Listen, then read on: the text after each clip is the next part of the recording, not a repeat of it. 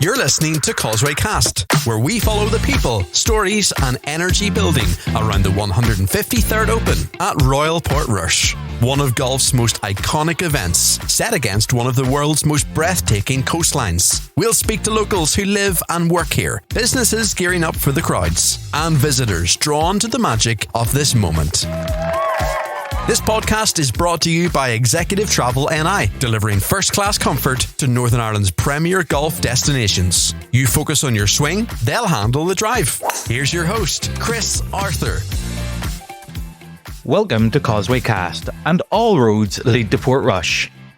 I'm Chris Arthur, and over the coming weeks we'll be taking you behind the scenes of the build-up to the 153rd Open Championship coming to Northern Ireland this July. This isn't just about the world's greatest golfers competing for the claret jug. It's about a community coming together, local businesses and volunteers who are working tirelessly to showcase the very best of the Causeway Coast to a global audience. Today we are starting where every great story should, at the beginning. Royal Portrush holds a unique place in the world of golf. It is the only venue outside of England and Scotland to host an Open Championship, making this summer's tournament not just a massive sporting spectacle, but a celebration of Northern Ireland's golfing heritage. Joining me today is Gerry McAleese, who knows a little bit of history about Royal Portrush better than almost anyone. Gerry will be taking us through the history of this remarkable golf club, from its Victorian beginnings to a place on golf's grandest stage. He will be explaining exactly how and why Royal Portrush has earned its extraordinary status in the golfing world. So Gerry, it's a real pleasure to have you here. Thank you for joining us. I'm being told that you're the best person to chat to about the backstory of Royal Portrush. Can you just take us back to the beginning when the club was founded in 1888 and what the vision was behind creating a golf course in this beautiful part of the world that we call home? Yeah, well, I'm not really the club historian. A lot of the credit for writing the history of the club has to go to Cass Stuart Moore, Ian Bamford and Roger Anderson, but I do speak, I have an interest in the history of the club, and sometimes I speak on behalf of the club. The club was founded in 1888. It was a space within the town really where it started. It didn't start where it presently starts. It starts near where the medical centre is, or British Legion is in Portrush. So that was a starting point of the course. It was linked to the railway companies who had a great interest in promoting golf, and Lord Antrim, who owned the ground. So it was really a partnership between the golf club, the railway companies and Lord Antrim, who all thought that it'd be good to get golf started in Portrush. It started about 1888. It was two Scotsmen who kind of started off. There was a man from Musselburgh and a man from Carnoustie, and they brought golf to Portrush, and it's been going here 137 years. Yeah, it's been around a long time. I'm going back even to when my granda, but he was an avid golfer, and you know, he's in Castle Rock for a long time, and that's where we're from, but he always came down to Portrush to play, and especially when he was the president and captain and stuff down there. You're saying there about the railway companies not being involved. Was there any sort of backstory on it? Well, you usually find where you've got major golf venues that people have to get to them. Now, in 1880, there were no real cars, weren't really a feature. So when people want to play golf, they have to travel generally by the railway. So generally you find where you get British Open venues, so you have a railway halt, and quite often the start, it's not the local people, because remember, golf in these days was really for sort of well-to-do gentry. So it's probably not your local people who get involved and start the golf club. It's probably kind of what people say of people from outside the town. But then after a period of time when golf, then the locals, they see people golfing, they caddy, they work in the course. And then after a period of time, then you find this great local interest, and then you probably find that more local people start to play. So that's the kind of typical story of a lot of these British Open venues, where you have to travel by train to get there. It's quite often people, well-to-do people, maybe gentry, because people couldn't afford golf clubs, balls, maybe transport. So it's probably not for another, maybe in the Portrush case, people do take a great interest in playing, the local people, but it's not until another maybe 60, 70 years you get a club established in the town for local people. Yeah, and that's one of my questions, where you're saying that locals maybe weren't involved with playing the sport, but then they became a lot more involved with being part of the club as a whole. I mean, probably looking after the club, caddying and things like that. I noticed as well, looking back at the history of the club, it was backed by an Open champion in its early days, in Tom Morris. Yeah. Well, Tom Morris did have an input in the early days. He was supposed to come back and sort of help with the redesign, but he never really came back. The course really that the members presently play was designed by Harry Colt in 1933. The clubhouse moved out of town in 1947. There was a period of time where the golf club started in the town, but it really, the plan was to move the golf club out here, but because of the war, it took about 14 years. The course had been redesigned, but it wasn't until 1947 that the club moved out to its present building. There were 4 holes in the town at one stage in the main course, and then it went to 2 holes, and then when the golf club moved out here, there were no holes in the town. Part of the story was to create space for the town to grow, and part of the story was creating a space for the local primary school. All right, okay. I know that it wasn't always called Royal Portrush. It had another name. Yeah. The club in 1880 started as a county golf club, and then in 1892 it became the Royal County Golf Club. And then in 1895, it became Royal Portrush. So it has had a number of name changes since then. So it had its royal ascent in 1892, the Royal County Golf Club. Then 1895, it decided to call it Royal Portrush. Yeah. Sort of interesting story there. You've St Andrews, you've Royal St George's, you've Royal St David's. The plan was, believe it or not, to call it Royal St Patrick's. Nice. There was an amendment. Somebody proposed to change at the meeting, and the members decided that a better name for the club would be Royal Portrush, and that name has stayed since 1895. That's interesting. We've lived, people who are listening to this, and myself, who've lived here all my life, and I'm a big champion of the Causeway Coast. Like, even been hearing that side of it, that it wasn't always Royal Portrush, and it was actually going to be Royal St Patrick's at one point. That's actually it's something that is good to know. Yeah. When you're talking there about, townspeople and that, the people of Portrush realised very early on that golf was going to become very important. And believe it or not, they presented a town shield to the golf club. The residents of Portrush presented a trophy called the Town Shield. Very early days of golf, I think 1891. And this was a match to be played by the locals against the golf club.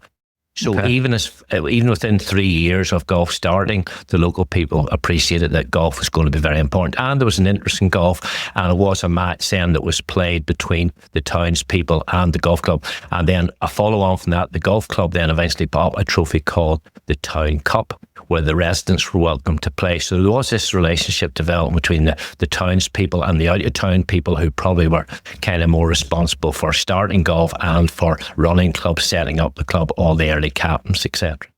So we're talking about the early years of the club here. How did it actually start to establish itself in the golfing world as a major player?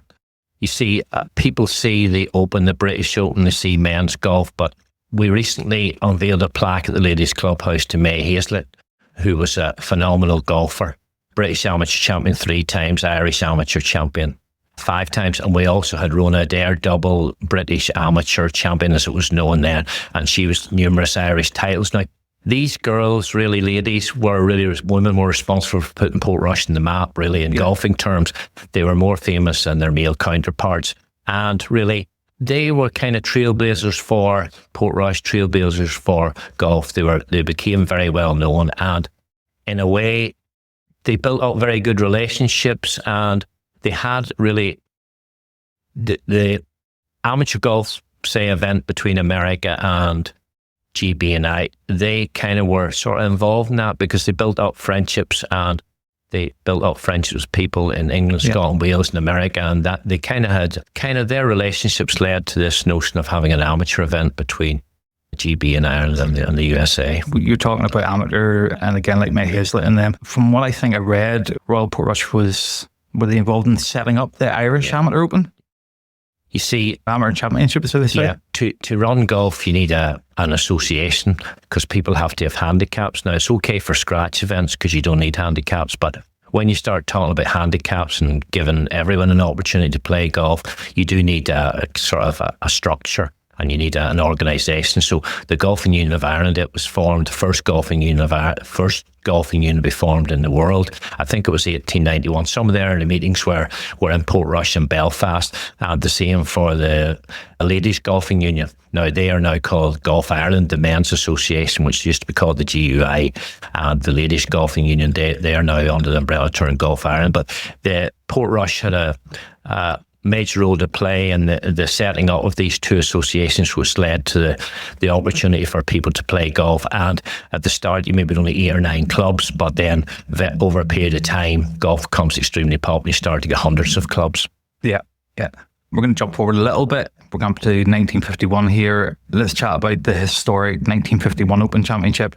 What was the build-up like at the club and for the local community being involved in it? Well, you see, you don't have the same history. There's not the same recorded history about it. You'll find it quite hard to get a programme of the 1951. It's not like now where we have like social media and newspapers. But if somebody said to me, it came here, I have a friend, Jim McClemens, he was a runner. He was called a runner. He told me Message Boy. He had a band on his arm called Message Boy. He's one of the few people I talked to. He stood at the back of the 18th green and he took the cards from the players and brought them upstairs to be recorded. But it's hard to find people about Portrush now who have a good memory of the Open. But if somebody said to me, why did it come to Portrush? I would say Portrush had a lot of experience of hosting championships. We had some notable members, a man called Haslet and Martin, who were members of the RNA. They were very good golfers, Walker Cup players. You have all these amateur events been played in Portrush. You professional events started to be played at Portrush. Harry Bradshaw won the Irish Open here. So I kind of think people looked at the example of the way that the club was hosting events and you had these figures who were promoting golf. So I kind of think it was really due to certain personalities, the history of Portrush and hosting events, recent events and very successful golfers coming out of Portrush or out of Ireland, amateur golf and professional golfers. So people probably felt now was the time to bring it to Portrush. It possibly could have been at Newcastle and County Down, but sometimes you need qualifying courses, and the Port Stewart was kind of a good venue for a qualifying venue, for the Open. Yeah. So that probably helped to bring the Open as well to Portrush. Yeah. I'm right in saying that was the first Open that was held outside of Scotland, England, the UK? Yeah, Portrush is the only club outside of England and Scotland to host it. The Open has never been held in Wales, so it will be held now in Portrush for the third time. Yeah.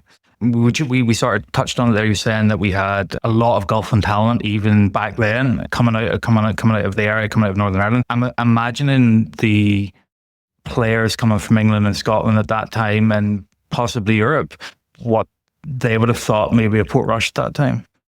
Yeah. Well, I suppose when you go to host an Open, now a modern Open is completely different to a 1951 Open. Yeah. But you need things like accommodation, you need infrastructure, you need a suitable club, you need a suitable course.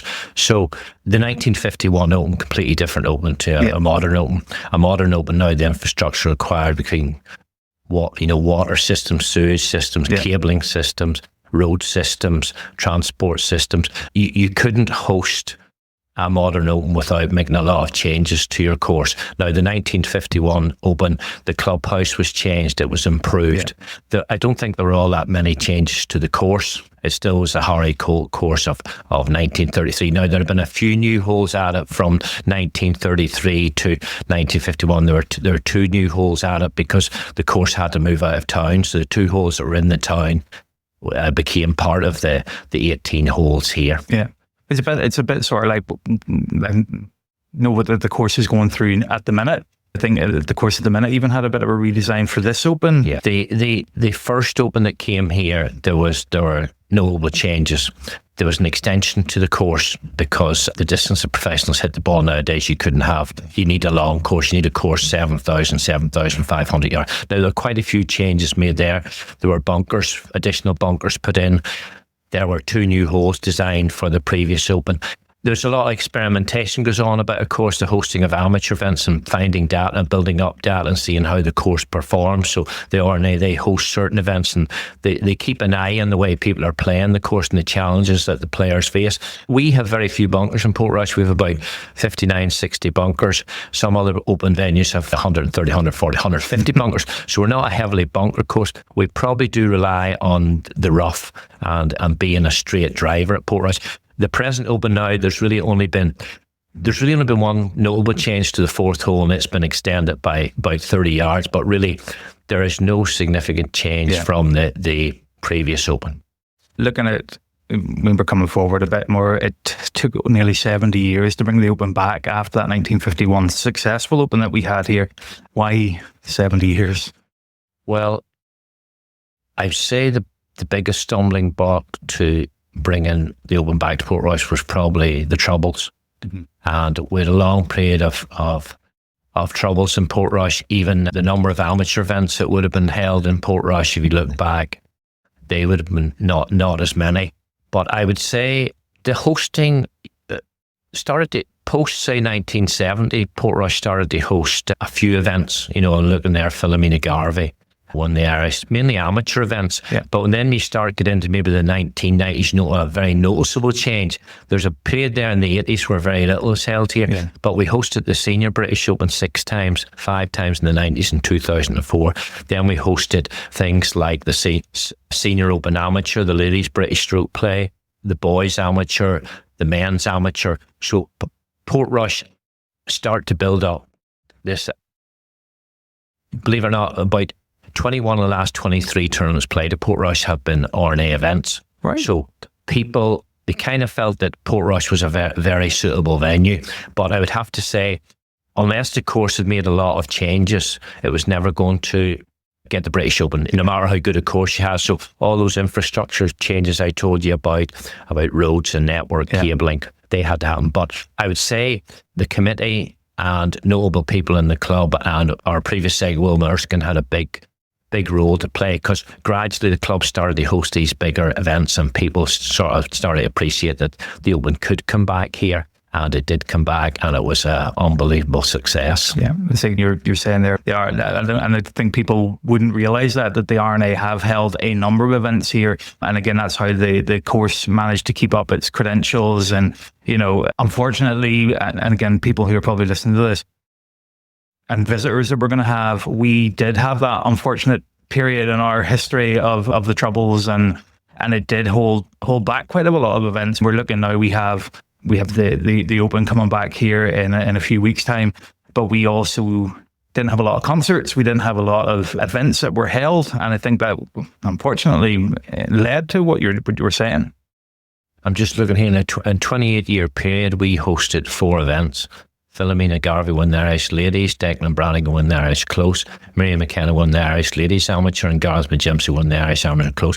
In a period there of 23 years, we really only hosted 4, they're kind of sort of local amateur events, Irish amateur events, but really since 1993, it was a big change. Ian Pyman won the British Amateur here, and there have been 21 major events held at Portrush. In our period of time, we've hosted 81 major national and international events. That's excluding the north of Ireland, which is held here every year. Yeah. So, and we've had 5 professional Irish PGA tournaments held here as well, which are not treated as 5 of the 81. So we've hosted nearly 91 major national and international events in Portrush.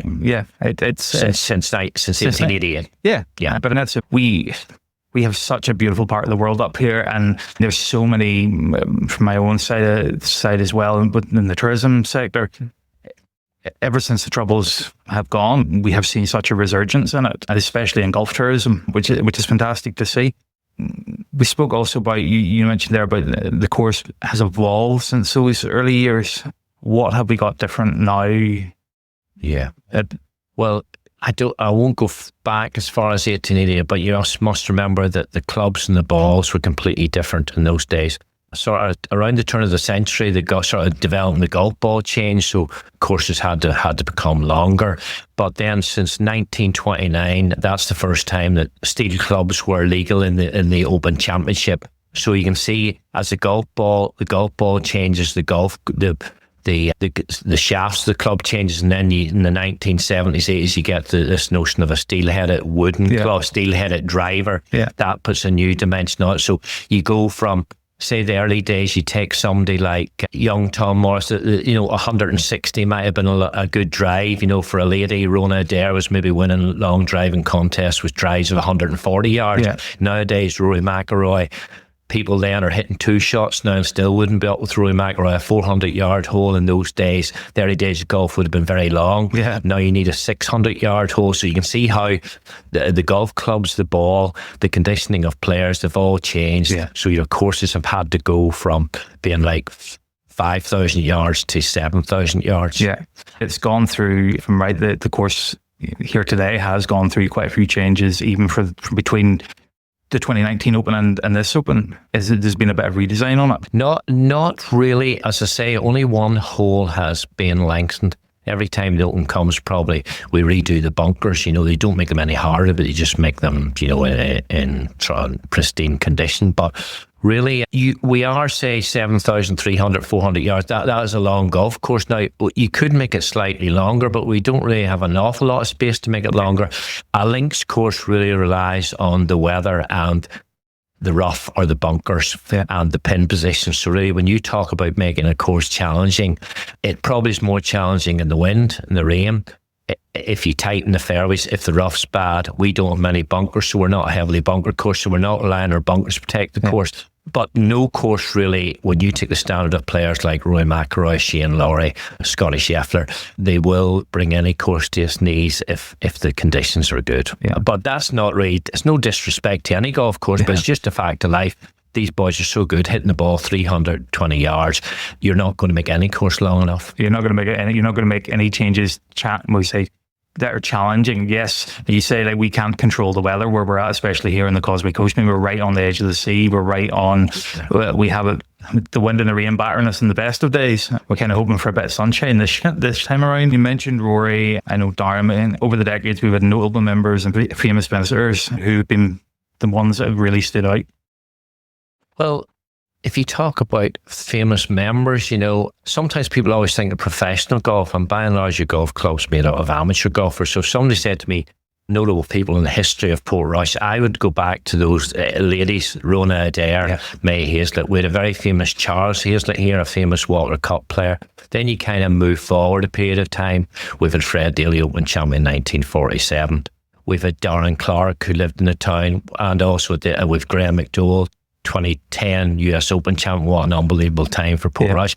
We've had some very famous local amateurs. Alan Dunbar, British amateur champion. Maureen Medilla, Port Stewart girl, British amateur champion. So we've had some great golfers from the local area, and we've had some, obviously, there are very few famous professionals who have not played at Portrush. Maybe Bobby Jones is one of the few, but really nearly every professional player from all generations has really played. If I had to pick one, I suppose, we had a first professional here, Sandy Hurd, a kind of unknown story, went on to be British Open champion in 1902. So, and we've also had, when I think of Portrush, Harold Hilton played here in 1902 as a double amateur Open champion. What a moment that would have been. Yeah. And another famous lady golfer, Catherine Lacoste, 1969, amateur champion at Portrush. Only lady ever to win the US Open as an amateur. Her father, a very famous tennis player. So we've had some very notable names, professional and amateur, who've played. But you have to remember that we've only hosted 14 professional events, so really most of our history is around amateur events. The focus tends to be in the open professional golf, but we're really very proud of all our amateur connections and all our amateur players, professional here. You'll be talking later on, Gary McNeil, Irish amateur champion. So we have hosted a lot of amateur events, and we're really known for amateur golf. I suppose really to professional golf tends to steal the limelight. That's it. It's like they steal the thunder when it comes to it. Like even when it comes to the events, we don't hear about the amateur events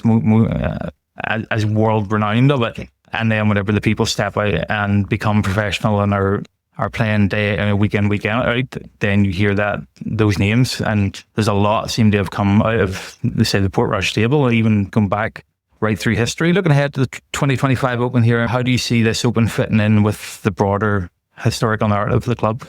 Well, it's another moment in time. It'll be the 14th professional event. We'll have hosted over 70 amateur events. Professional golf tends to be, it's the area of golf that all the headlines are made around it. The media don't focus on amateur golf the way they focused on amateur golf 30 or 40 years ago.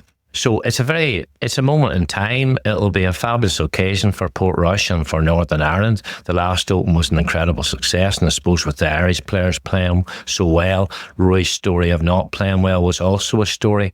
But it'd be a great story again if Roy could come back and play well, and perhaps be an Open champion, or some other Irish player be an Open champion.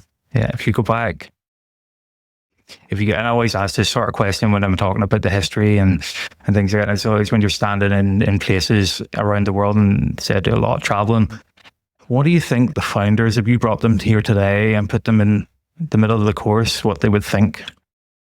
I think they'd be amazed the way the course has changed. They'd probably be amazed the length of the course. They'd probably be amazed at the players, the distance they're hitting the ball. They'd be amazed at the crowds who attend golf.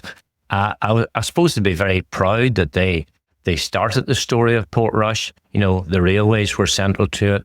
The people who owned the land, the Lord Antrim giving of the land, other people who own land who are willing to give up the land to have a golf course. I suppose everybody would be very proud of the way things have changed, but I think they would be amazed at the standard of golf and the interest in golf and the media coverage of golf and the idea that 225,000 people will turn up here to watch golf. But having said that, in the very early days of golf, when you didn't have television, there was a great interest in people watching golf live. And a lot of famous amateur and professional players, very much part of golf then was them coming along to watch famous professionals and amateurs playing challenge matches. So, probably if you look back at in the very early days of Portrush, the number of people watching amateur golf much greater than it would be now. Yeah. So it's come a full turn. Really, there aren't as many people interested in amateur golf, watching amateur golf. The whole focus now tends to be. But when you had professionals and amateurs playing challenge matches, you might have thousands of people watching these matches. People would never really think of that, but that's the way it was. Yeah, exactly. How do you think the legacy of this one's going to go for Portrush going forward and Northern Ireland going forward? Well, I suppose it'll be great for Northern Ireland. There's a great interest in it. Everybody wants to be at Portrush. I suppose with Rory winning the Masters and achieving a phenomenal feat of winning every major, that's added a new dimension to it. I think he's also brought maybe people who aren't day in, day out overly interested in golf. I would say they would just love to come to Portrush and watch golf, but tickets are limited and they're difficult to get. But I'm sure everybody who attends, so they'll realise they're at a phenomenal event, and people who maybe not used to golf, not into golf, they don't really appreciate till they arrive the organisation behind it, the sort of infrastructure that you need, and all the work that goes into creating a modern Open. Yeah. Thank you so much for your time here. Okay, thank you. Thank you. Thanks so much to Gerry McAleese for taking us through that fascinating journey into Royal Portrush storied past. It's incredible to think this championship course, carved into the dramatic coastline of County Antrim, has been welcoming golfers for over 137 years. And now it's ready to welcome the world once again. Next time on Causeway Cast, we'll be shifting our focus from past to present. We will be sitting down with Dr. Rory McCartney, the clubhouse convener at Royal Portrush Golf Club. We'll hear about the preparations and, yes, the challenges too, as the Causeway Coast gets ready for its moment in the global spotlight. Don't forget to subscribe to Causeway Cast wherever you get your podcast from. And if you're enjoying the series, please leave us a review. It really helps other golf fans and locals discover the Road to Portrush journey. This podcast is brought to you by Executive Travel NI, delivering first-class comfort to Northern Ireland's premier golf destinations. You focus on your swing, they'll handle the drive.